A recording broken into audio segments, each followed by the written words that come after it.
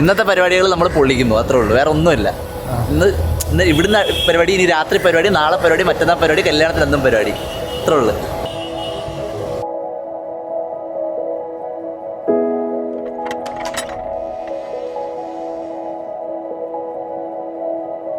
Marriage സ്റ്റേറ്റിൽ വന്ന് നിൽക്കുമെന്നുള്ളൊരു ഇതൊന്നും അന്ന് നമ്മുടെ മനസ്സിൽ രണ്ടുപേരുടെ മനസ്സിലും ഇല്ലായിരുന്നു. ഞങ്ങൾ ആക്ച്വലി ലൈക്ക് എന്താ പറയുക, ഫ്രണ്ട്ഷിപ്പ് നമ്മുടെ പ്യൂറസ്റ്റ് ഫോം ഓഫ് ഫ്രണ്ട്ഷിപ്പ് തന്നെയായിരുന്നു. ഫ്രണ്ട്സിലോട്ടായി, പിന്നെ ബെസ്റ്റ് ഫ്രണ്ട്സിലോട്ടായി. അതിനുശേഷമാണ് ഓക്കെ ലൈഫ് പാർട്ട്ണറായിട്ട് ബെറ്റർ ആയിരിക്കും, നല്ലൊരു ചോയ്സ് ആയിരിക്കും എന്ന് തോന്നിയോണ്ട് അങ്ങനെയാണ് ഇങ്ങനൊരു മാരേജ്.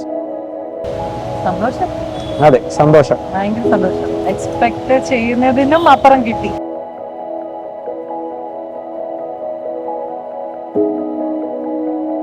എനിക്ക് ഈ വൈബ് ഭയങ്കര ഇഷ്ടമാണ്. ഭയങ്കര ഫ്രീ, എല്ലാം പറയൂ എൻ്റെ അടുത്ത്. നീ കല്യാണം കഴിഞ്ഞിട്ട് പറയുമെന്ന് എനിക്ക് അറിഞ്ഞൂടാ.